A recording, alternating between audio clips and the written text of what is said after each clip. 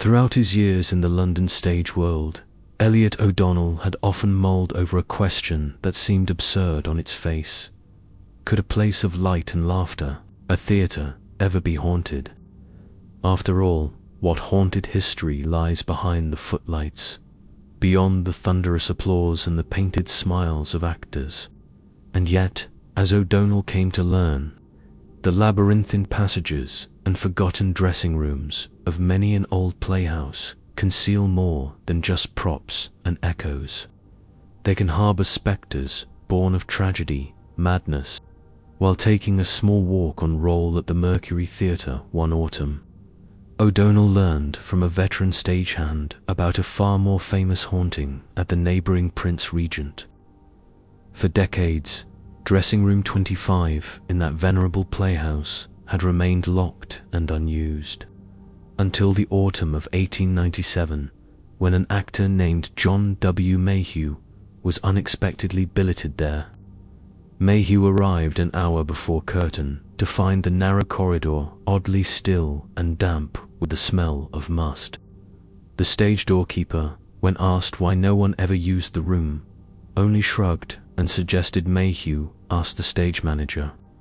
Preferring not to press the point, the actor mounted the steep, carpet-less stairs alone, his footsteps echoing unnaturally in the silence. Inside the bare room, he hung his coat and hat on the peg, lit a cigarette, and settled before the small mirror.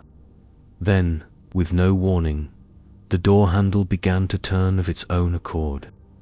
Mayhew sprang upright and called out, but no one answered. He dismissed it as a faulty latch, returned to his chair, and resumed smoking. Minutes later, a hard bowler hat tumbled from its peg with a heavy thud. Again, Mayhew blamed the quiet stillness of the house. Then he spotted his ulster coat bulging as if filled from within by some hulking form. His heart pounding, he stared at the shapeless bulge, convinced it peered back at him with mocking eyes, until he dared glance at the mirror and saw nothing but his own reflection. A moment's relief gave way to fresh alarm when a soot-laden rustle drifted from the grate. "Ah, the wind," he muttered, forcing himself to laugh. Yet the final straw was the washstand. His gloves lay there, but the leather was animated. Long, talent-like fingers flexed where his own blunt, stubby digits should have been. They crept toward him with the stealth of a spider, and when he hurled his tobacco pouch at them, it skittered like a wounded creature before bustling forward once more. Driven insane with rage, Mayhew seized a chair and smashed the washstand to splinters. Only then did the callboy's timid knock bring him back to reality. The next night he was moved to a different room, bruised in body and spirit, but strangely unpursued by the management. Word soon slipped back that Mayhew's experience was not unique. An old super who had served at the Prince Regent for years whispered of two earlier tenants of room 25, an actress and another actor, each of whom had succumbed to violent madness when forced to dress there. And harking further into the theatre's past, this same old hand recounted that shortly after the building first opened, a deranged performer had been locked in room 25 until taken to an asylum. Perhaps, he speculated, the tormented spirit of that lunatic ego had never left, that the scene of its most savage psychological struggle had become its eternal haunt.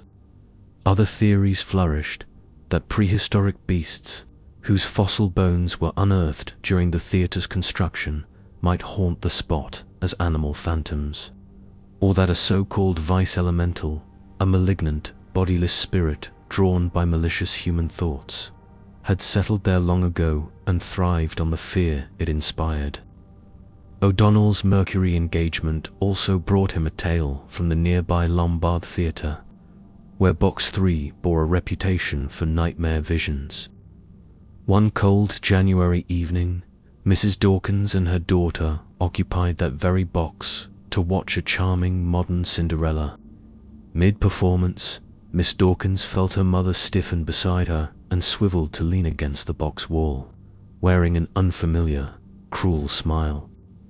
Terrified, the daughter watched as Mrs. Dawkins's hands, the once delicate hands she knew so well, faded away, replaced by coarse, red, monstrous claws.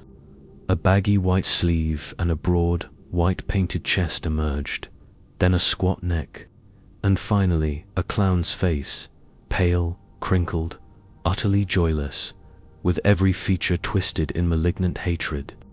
The air itself seemed poisoned by its rage. Horrified, Miss Dawkins made the sign of the cross and began to pray. Instantly the clown's visage dissolved, and her mother, shaking, returned to normal. Mrs. Dawkins confessed she'd felt a sudden, blinding hatred for the actors below, even fantasizing arson in a dim basement beneath the stage. Then something struck her forehead like a blow, and her daughter's voice brought her back. Later inquiries revealed the clown's identity. Tom Weston, a veteran pantomime clown who had fallen into drink, been dismissed, and in a fit of vengeance had slipped into the theater to set fire to a room under the stage. 2 days after that attempt, he ended his own life at home. Now, it was said, every anniversary of Weston's suicide.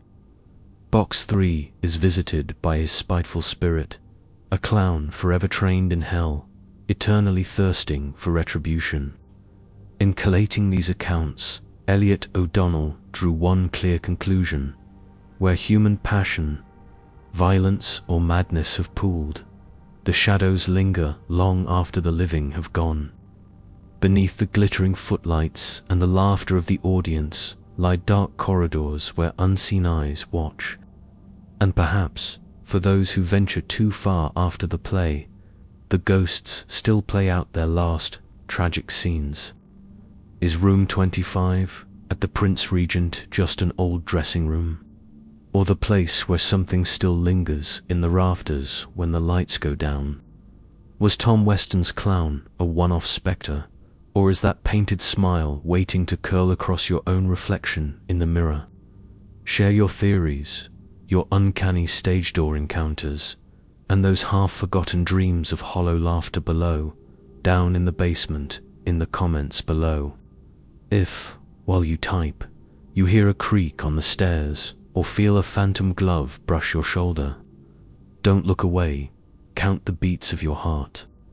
Every subscription lights another candle in the gloom. Every like fans the embers of these tales, and every ring of the bell draws back the veil on Britain's oldest ghost stories. So hit subscribe, ring that bell, and join us again for more hidden corridors and backstage horrors. Because in Britain's haunted, darkness is never empty, and once you've met its tenants, it never quite lets you leave.